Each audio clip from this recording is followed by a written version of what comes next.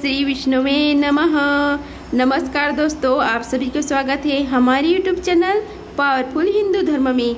अब तक हमने श्री ज्येष्ठ महात्मा में कथा अध्याय 1 से लेकर कथा अध्याय 24 का रसपान किया है। अब हम आप सभी को श्री ज्येष्ठ महात्मा में कथा अध्याय 25 का रसपान कराएंगे। अगर आप सभी हमारे वीडियो को पहली बार देख रहे हैं तो वीडियो को लाइक कीजिए, चैनल को सब्सक्राइब कीजिए ताकि आने वाली वीडियो की नोटिफिकेशन आप सभी को मिलती रहे। आइए रसपान करते हैं कथा अध्याय 25 का। स्कंद जी बोले कि हे ऋषियों, नारद जी के चले जाने पर सवृत, द्विज, ऋत्विज, पुरोहित वर्ग को बुलाकर पुण्यतिथि में राजा अश्वपति ने राजा दुष्मन से के आश्रम में जाने की यात्रा की। हे निप्र, राजा अश्वपति ने राजा दुष्यंत के आश्रम में जाकर साला वृक्ष के सहारे बैठे हुए महात्मा दुष्मसेन को देखा। कुशा के आसन में स्थित नेत्रहीन राजा को देखकर अश्वपति ने राजश्री दुष्मसेन का यथाविधि पूजन किया और नियमित वचनों से अपना मंतव्य निवेदन किया और कुशासन बैठने के लिए दिया। जो कुछ उनका विचार सत्यवान के विषय में था सब कुछ कह दिया और अपना अभिप्राय भी कह दिया। इसके पश्चात कहने लगे कि राजश्री मेरी शोभना कन्या सवित्री नाम की है। हे धर्मराज, आप उसको अपनी पुत्र वधू के रूप में ग्रहण करें। राजा दुष्मसेन बोले कि हे राजन, हम लोग राज्य से च्युत हैं, वनवास का आश्रय लेकर तपस्वियों के धर्म जैसे जीवन व्यतीत कर रहे हैं।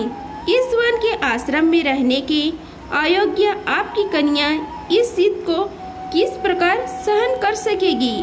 राजा अश्वपति कहने लगे कि हे राजन, सतम इसने जानकर ही पतिव्रता है। आपके पुत्र के साथ इसका विवाह संबंध स्वर्ग के समान सुखदायी होगा, इसमें कोई संशय नहीं है।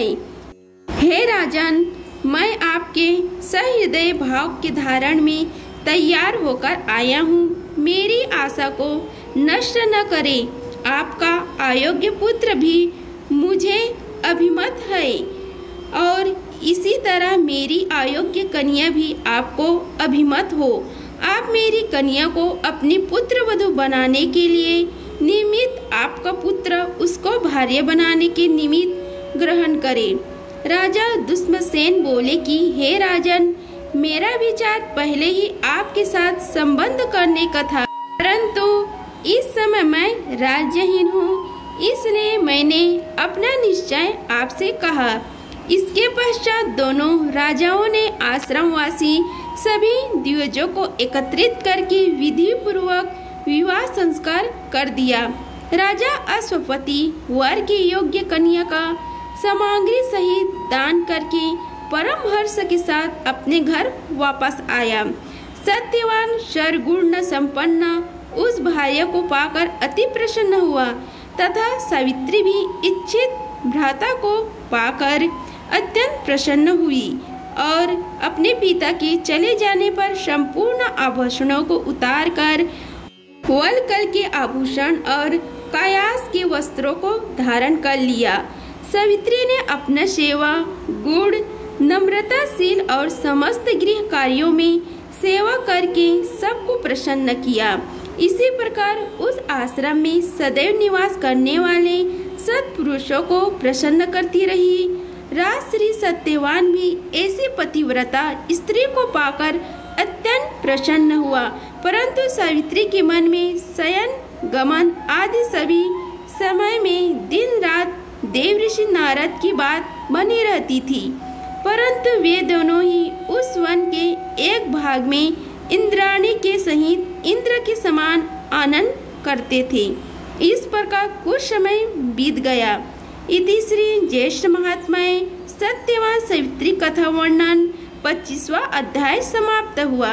अगर आप सभी को हमारी वीडियो पसंद आई होगी तो वीडियो को लाइक कीजिए, चैनल को सब्सक्राइब कीजिए और कमेंट बॉक्स में ओम नमो भगवते वासुदेवाय लिखिए। धन्यवाद। मिलते हैं अगले वीडियो में, तब तक के लिए जय श्री राधे कृष्णा।